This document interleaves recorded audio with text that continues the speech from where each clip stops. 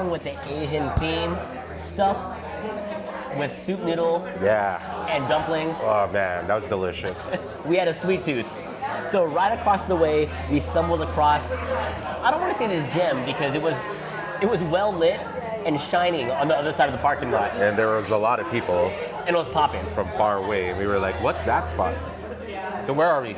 Mango dessert. And what we just found out is that there's a bunch of locations.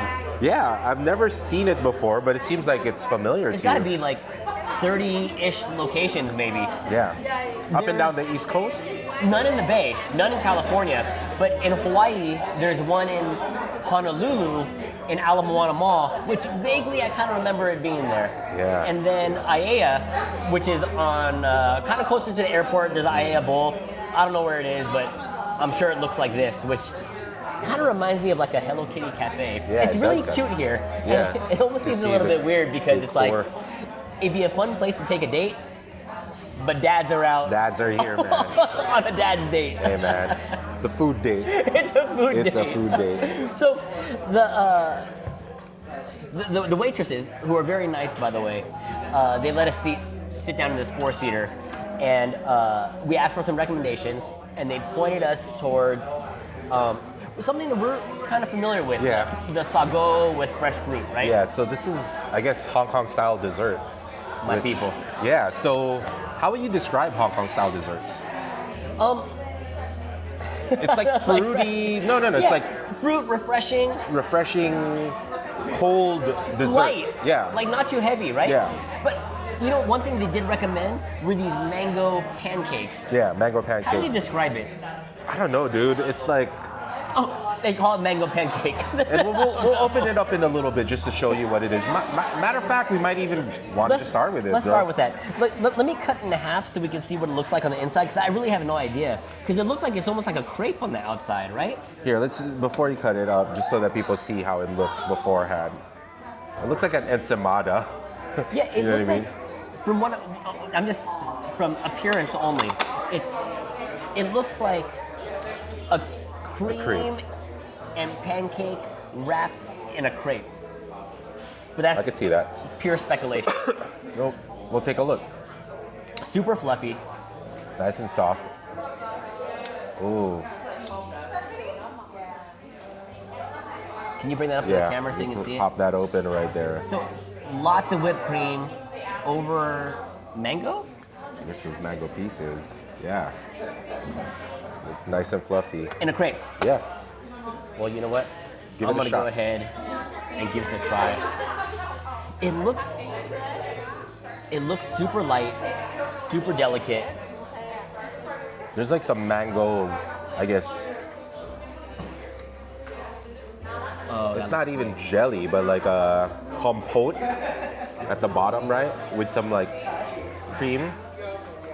Nice and fluffy, nice and soft. All right, I'm gonna give this a try.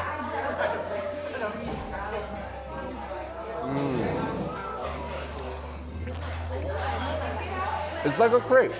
Super light.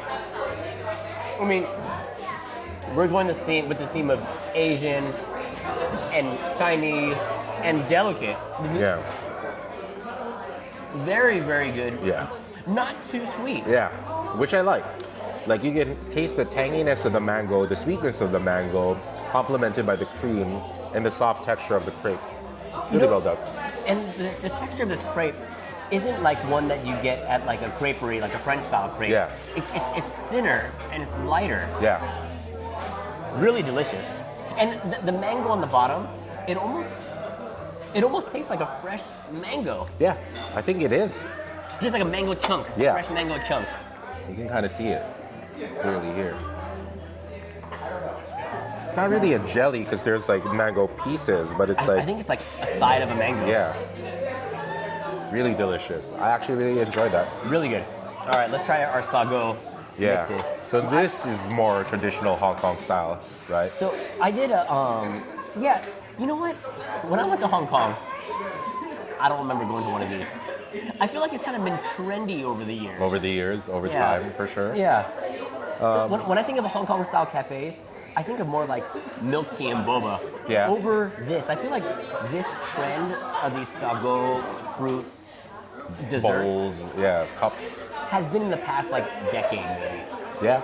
Maybe even like five or 6 years for me that I've seen. Yeah. No, I feel like a little bit longer, at least from my experience. Maybe I think longer it's than less trendy before, but it's always been something that's kind of piqued my interest. And I know they have a lot of it in like Clement Street, like, you know, the Richmond district in SF. You know what, I'm curious? What's the difference between sago and sago?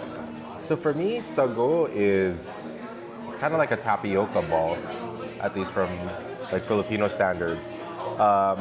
And I call it sago just because that's what they call it in the Philippines. And it's like bigger balls. It's like these little white ball pieces. Like a tapioca? Yeah, it's like a tapioca. It's a tapioca But like ball. sago in the Hong Kong style are these little small tapioca balls. I guess they're similar in a way, at least for Filipino. But Same, I guess same but different. Yeah. Or maybe it could be, you know, maybe the sago was influenced by the Chinese in the Philippines. Yeah, it's possible. And Very much possible. In the Philippines, they made it their own and made the balls bigger.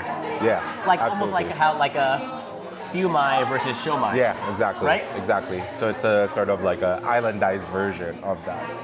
So what did you like karate and Shaolin Kung Fu? The Shaolin monks from China went to Japan, or the Japanese went to China, saw the monks, and then they created karate. I see. So, what I'm saying is that everything came from China. You know, I ice guess. cream came from China. Did Yeah. you know that? This camera that we're using, these mics came from China.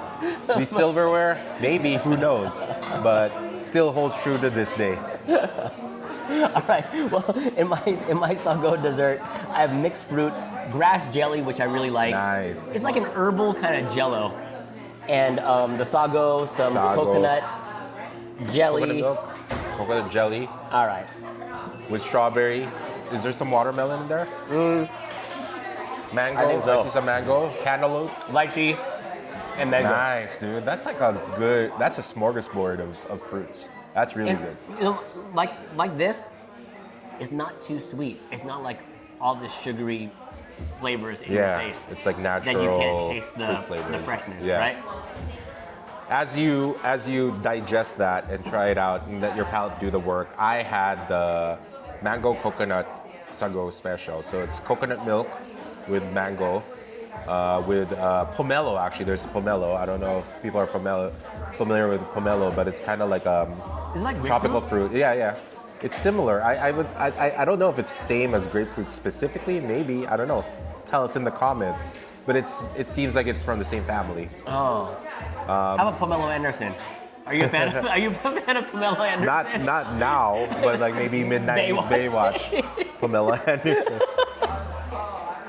You know she's not doing makeup these days, and that's I saw like a new something. thing. So Like she looked she looked a lot aged, older. A lot you know. older. Right. She doesn't look as fresh as these mangoes. I'll tell you that. Right.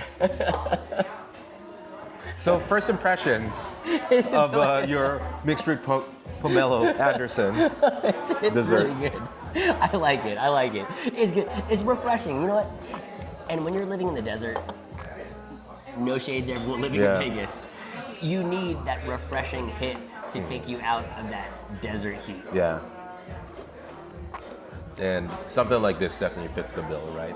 And it's a little bit different because it's not like American dessert or like shakes or smoothies, although they have that here, you know what I mean?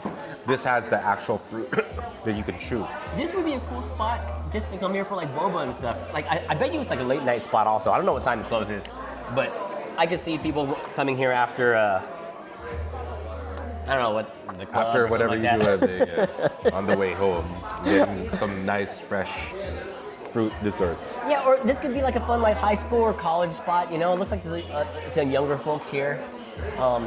Honestly, it does look like a date spot. It really does. You know, and they get a lot of traffic here. It looked like there was a wait list up in the front.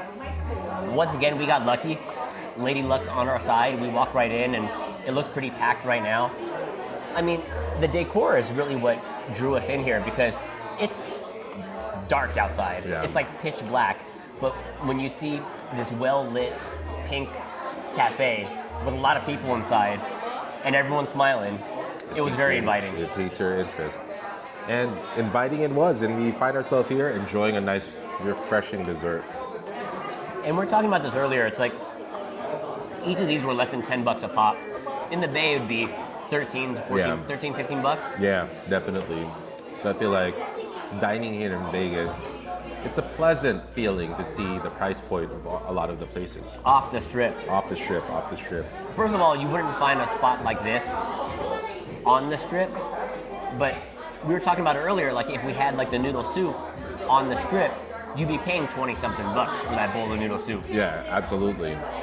So it makes me wonder, because there's a lot of people that go to these and frequent these places. Yeah. Why don't they open it at the strip? And like what you said, It costs too much. yeah, it costs too much, maybe just through rent, and a lot of the prices that make it appealing, they have to take it off, just by sheer price of the rent. And we were talking about it earlier. It's like when you have a couple of great locations and you have that business in place where it's like you don't need to pay that super high rent for that foot traffic. You have people coming to you, or you cater to that local demographic versus that tourist demographic. Why rob Peter to pay Paul when you can just Makes sense. keep making money and keep your locals happy? Yeah. And I can see that this type of place really does. The same with the noodle spot, right? Yeah. There's enough local traffic to keep the business going. And I mentioned it earlier off camera, but it's like that bowl of noodle soup I had, 7 or 8 times out of 10, I'd choose that over a great bowl of pho. That's a lot to say, man. That's a lot to say. That's- In parts, maybe it's my palate too. Maybe it's my palate that's more geared towards a Chinese flavor versus a Vietnamese flavor, which don't get me wrong, I love pho. I Yeah. love pho noodle soup. Most of the time, I have pho over any other noodle soup, but it's the availability. Yeah. There's nothing like that I've had yet in the Bay. Yeah, I agree. Pho is a little bit easier to get over there as opposed to at least here. It's hard for us to really come up Versus with a place. hand-cut noodles. Absolutely. right. Hand-pulled noodles. Doing this. But, We should take a class. That'd be fun to do. yeah, that would be fun to do. I bet I'm doing it. You think I'm doing it right? Yeah. So as we wrap up our dessert and our Asian Yeah, right, date right. night, Our right? Asian date Dad night. date night, Oh, right? yeah, Dad Day Night. DDN. DDN. Do you find it surprising to find a lot of these sort of Asian palette